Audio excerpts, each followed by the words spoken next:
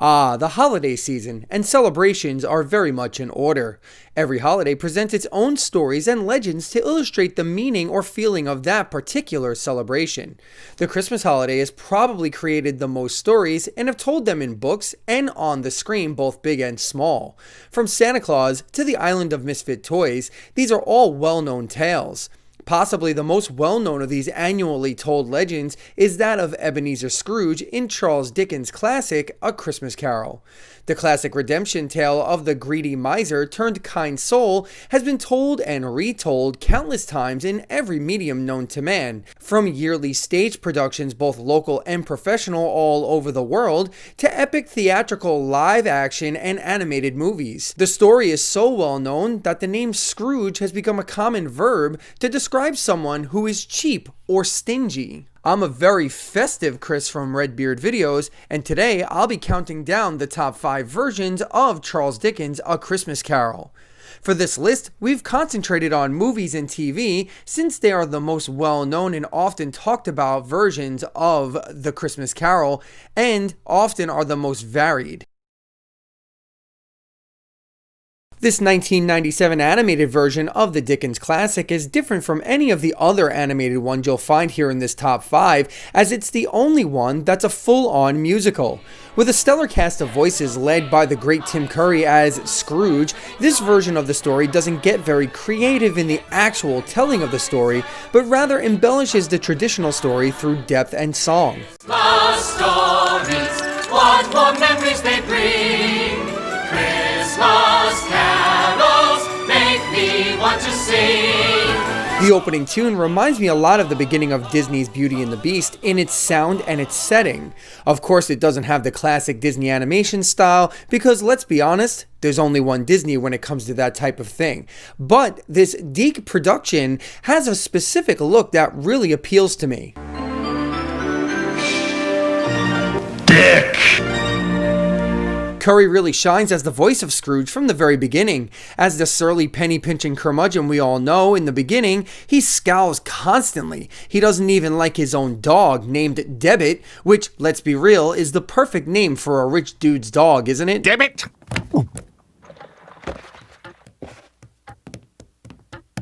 Get the light, you liability. Curry does a wonderful job throughout as he transitions to a man reborn as a kind, remorseful man looking to reconnect with his family and do right by the world. Other notable performances are Ed Asner as Jacob Marley. I wear the chain I forged in life.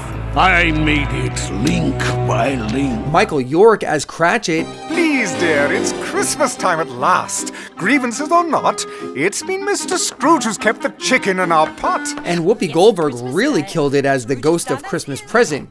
Whoopi, who has a very unique and recognizable voice, gives a noteworthy effort sounding nothing like herself at all. It would have been fine to hear Whoopi be Whoopi in this role, but it's more impressive to me that she doesn't. I see an empty seat in the chimney corner, and a crutch without an owner. If these shadows remain unaltered by the future, the child will die. My other favorite performance in this show is that of the young love interest of Scrooge, Belle, voiced by Disney legend Jodie Benson, best known as Ariel in The Little Mermaid and Barbie in the Toy Story franchise. Now we've reached this bridge together that I hope will soon be crossed. So don't put a price on paradise, or our paradise is lost. It's a beautiful duet by Benson and Curry as young Scrooge that really pulls at the heartstrings as old man Scrooge watches on and laments his lost love.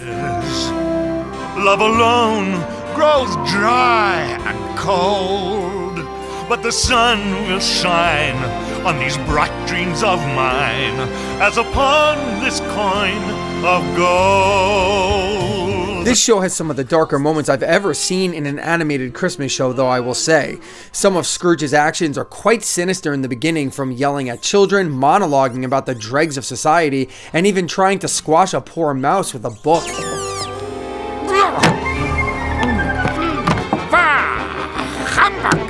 The darkest moment in the entire show, though, is honestly one of the most somber and dark moments I think I've ever seen in any animated Christmas special ever. And it comes when the ghost of Christmas future shows old man Scrooge poor people ransacking his bedroom while his corpse lies on his bed covered. It's presented somewhat softly, but it's also very shocking at the same time. Oh, look what I found under here. Silver they are. Think you'll miss 'em? Nah. The more poignant moments where the message of compassion, kindness, and love are being delivered, or the death of Tiny Tim. I promised him that I would walk there on Sunday. My little boy. My little boy.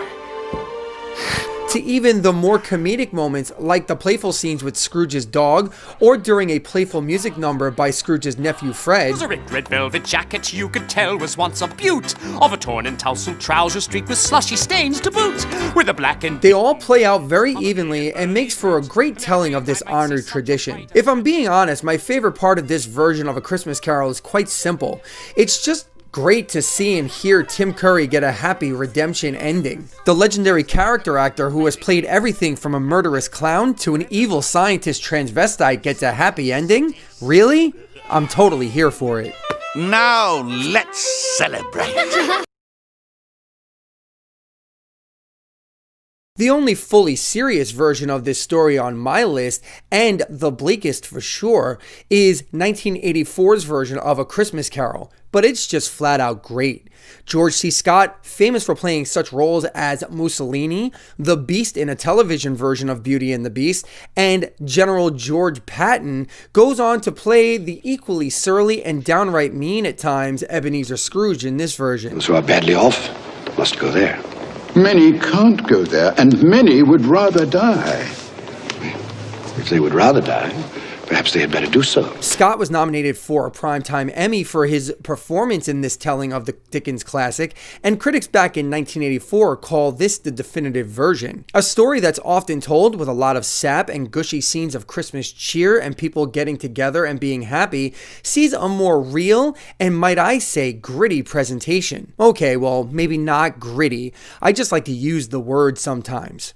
Gritty. Real is definitely a more accurate description, though, with Scott sticking the landing as the role of Scrooge, widely regarded as the most human portrayal of Ebenezer, with a more cynical businessman-like approach as opposed to the over-the-top hateful portrayal we usually get. Want my corn, gentlemen, you must meet my quote. Plus 5% for the delay. It's outrageous, Scrooge. Other than that, this is just a solid, faithful telling of this story. Much. Who are you? Ask me who I was.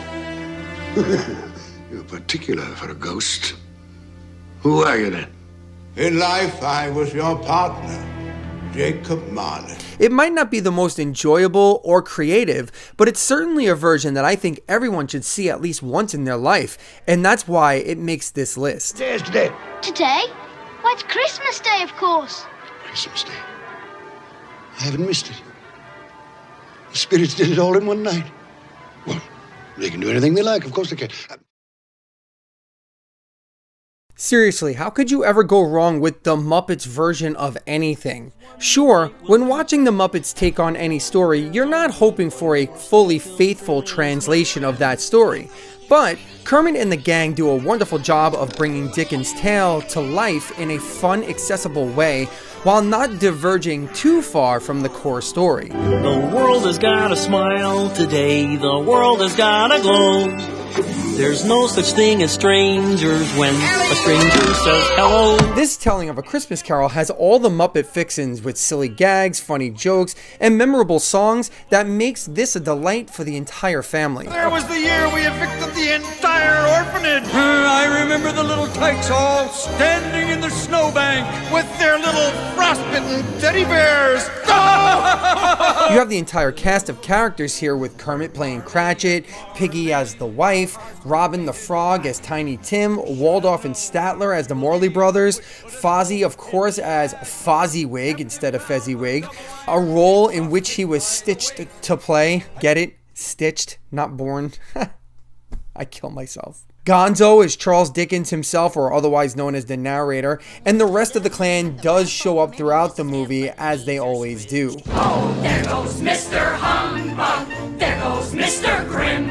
If they gave a prize for being mean, the winner would be him. We're also introduced to brand new Muppets, with all 3 ghosts being original creations for this movie specifically. It's in the singing of a street corner choir. It's going home and getting warm by the fire. It's true wherever you find love, it feels like Christmas. Now, as usual, in any Muppet movie, the Muppets are the full stars of the show, but when you cast a legendary actor like Michael Caine to play Ebenezer Scrooge, it's hard not to notice. It was an interesting choice too, because as the story goes, many others were considered to play Scrooge, from famous English actors like Ron Moody and David Warner to comic legend George Carlin, but Jim Henson decided on Caine when it was all said and done. With a thankful heart, with an endless joy, with a growing family, every girl and boy will be nephew and niece to me. Nephew and niece to me. Caine said when interviewed shortly after landing the role, "I'm gonna play this movie like I'm working with the Royal Shakespeare Company. I will never wink, I will never do anything Muppety. I'm going to play Scrooge as if it was an utterly dramatic role and there are no puppets around me." And that's exactly what he did, and I believe it was this that made this a fantastic movie. Ebenezer Scrooge. Oh, please, Spirit, no. Hear me, I'm not the man I was. A lot of reviews I've read said the downfall of this film is Caine himself, that he doesn't fit and that it feels awkward. I feel too much Muppety stuff, as Caine put it, especially from the humans, is what ruins some great scenes in these Muppet movies. The Muppety stuff should be left to the Muppets. Please speak to me. Overall though, this movie is just simply good fun to a sometimes bleak story. This movie would probably, and has been, the one I'd show my kids first when wanting to introduce them to the Scrooge story. Between the goofy slapstick comedy, easy to watch portrayals of scary concepts like ghosts visiting you in the night, and the songs that just stick with you long after the movie is over, to the brilliant job Michael Caine does as Scrooge, this should be on everyone's top list of Christmas movies in general. Oh, Mr. Scrooge, you'll be very merry and happy this day, I have no doubt. No doubt. One of the things you can always count on these days is if Disney does something, it's almost always done very well. Well, in the 1980s, that was very much not the case. Actually, it was considered quite a dark period for Disney before The Little Mermaid arrived in 1989 and the so-called Disney Renaissance began. Well, in 1983, this little gem was produced for TV and is widely regarded as one of the cornerstone Christmas specials of the television holiday season. Give a penny for the poor, Governor. Penny for the poor. It has a 100% rating on Rotten Tomatoes, clocking in at only 26 minutes long. It's definitely the most concise version of the Dickens classic on this list. 10 shillings from Macduff, plus his 80% interest, compounded daily. Money, money, money. The fully animated masterpiece features Scrooge McDuck, of course, as Ebenezer Scrooge, Mickey Mouse as Cratchit, Goofy as the Ghost of Marley, Jiminy Cricket as the Ghost of Christmas Past, Willie the Giant as the Ghost of Christmas Present, and Pete as the Ghost of Christmas Future. Why, yours, Ebenezer. The richest man in the cemetery! Please! The rest of the Mickey gang make appearances throughout, showing up in various bit roles, but this telling of the story is very well constructed and does a great job of sticking to the main story with no asides and no wasted space at all.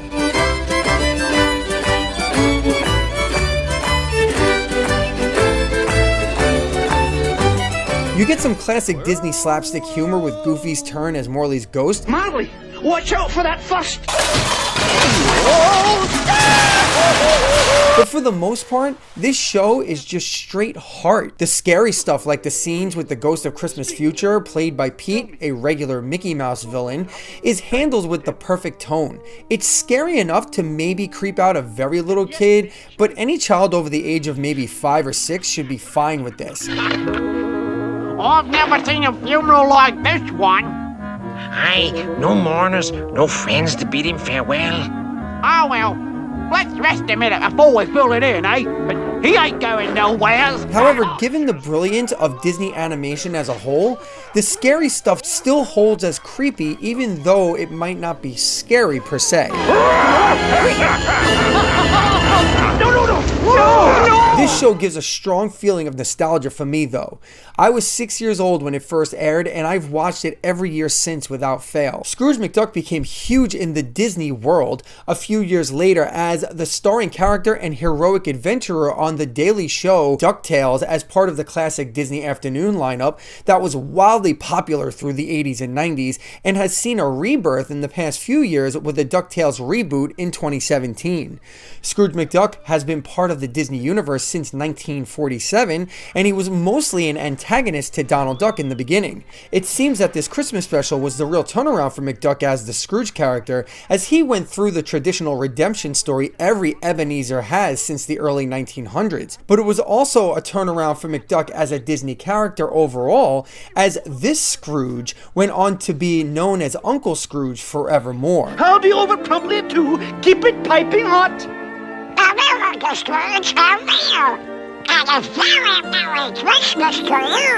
Overall, from the brilliant animation to the great storytelling, the opening song, which has become a holiday favorite for me personally, and the always lovable Disney characters, this version of Dickens' Christmas Carol tale is the most heartfelt and the only one that makes me well up inside every damn time I watch it. Isn't it just grand to say, Merry, Merry Christmas, Merry, Merry Christmas, Merry, Merry Christmas.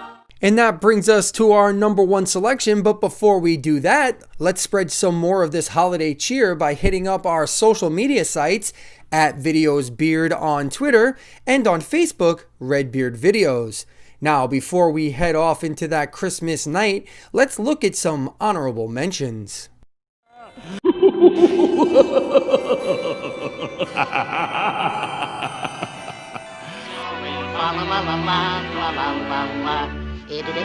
Don we now are gay apparel. Thank you. Do you like it? It's wonderful. I've never tasted anything like it.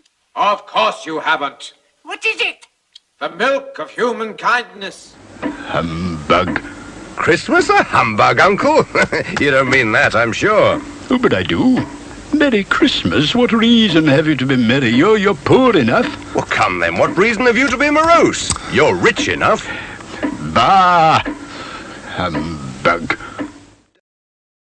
It's my opinion that 1988's Scrooged is a perfect movie. Hilarious, but it doesn't try too hard to be.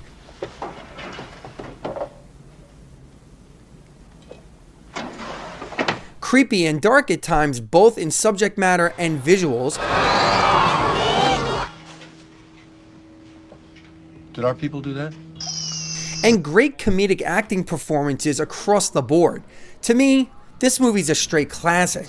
First off, you have the great Bill Murray as the Ebenezer Scrooge of this version, but instead of an old penny-pinching miser, he's a young, slick television executive who goes by the name of Frank Cross, who is a ruthless businessman with zero care for the needs of anyone around him at the beginning of this movie. We have spent $40 million on a live TV show. You guys have got an ad with America's favorite old fart, reading a book in front of a fireplace. Now, I have to kill all of you. Set in the present day, which was 1988, Cross is the vice president of the biggest television network in the country, and he's trying to pull off a live television broadcast of A Christmas Carol on Christmas Eve night. This sets the stage for a high-stress, high-paced environment as the scene for Cross to descend into a comedic madness during each visit from the Christmas ghost as they try to save him from the chains of torture in the afterlife. Well, Ebenezer, may you be happy with the path that you have chosen. Well, I am happy with the path that I've chosen, you little bitch. In fact, I couldn't be happier. What are you, crazy? This movie has so many things I can talk about, from David Johansen, who was known as Buster Poindexter at the time. He sings that song. Me mind on fire, me soul on fire, feeling hot, hot, hot. Well, his performance as the Ghost of Christmas Past was absolutely fantastic. Enjoy the ride. How do you know my name? I know absolutely everything, Frank. You see, I'm the ghost. Carol Kane with one of my all-time favorite comedic performances in any movie as the Ghost of Christmas Present. Close your eyes and think. No. You close your eyes. Oh, no. I'm through. Don't be quarrelsome. Close your eyes. And then the very creepy and well-presented Ghost of Christmas Future, which I don't even know who the actor was. It was just a big suit with great special effects. But it leads to my favorite Scrooge revelation out of all of the tellings of this story that I've ever seen. I'm in here! Oh, God!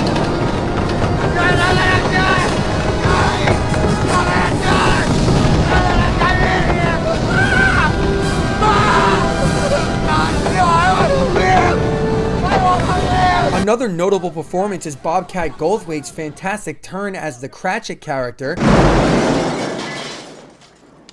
Sure, and I'm party! Now why wasn't I invited? Now that was just an innocent window, and you saw what I did to that. I don't know who you're dealing with. And since the Scrooge character is a younger guy in this version, there's a romantic portion of this movie that's well executed and not overdone at all, and actually ends with Scrooge getting the girl. It's Christmas Eve. It's not too late. Is it? Claire, do you remember? With all that being said, the real star of this film is the actual build star of this film, and that's the great Bill Murray. It's everybody who's got to have this miracle, and it can happen tonight for all of you. If you believe in this spirit thing, the miracle will happen, and then you'll want it to happen again tomorrow. You won't be one of these bastards who says Christmas is once a year and it's a fraud. It's not. It can happen every day. You just gotta want that feeling. In my opinion, it's one of the absolute best performances I've ever seen from him, and that's saying a lot from an actor of his comedic stature, and given the fact that it's a Christmas movie, and it's rare to see an all-time great Christmas comedy that stands the test of time and stands up to other great comedies, but this movie does just that. And they lived happily ever after. And that's our list. If you feel like we missed one or don't agree with this list or want to expand on my opinions, please leave a comment below. And if you liked our list, hit that like button. And if you want to see more lists like it, subscribe so you'll know when a new video is posted. And as always, thank you so much for watching, and until next time, happy holidays from us here at Redbeard Videos. Bye-bye. We'll be a better place.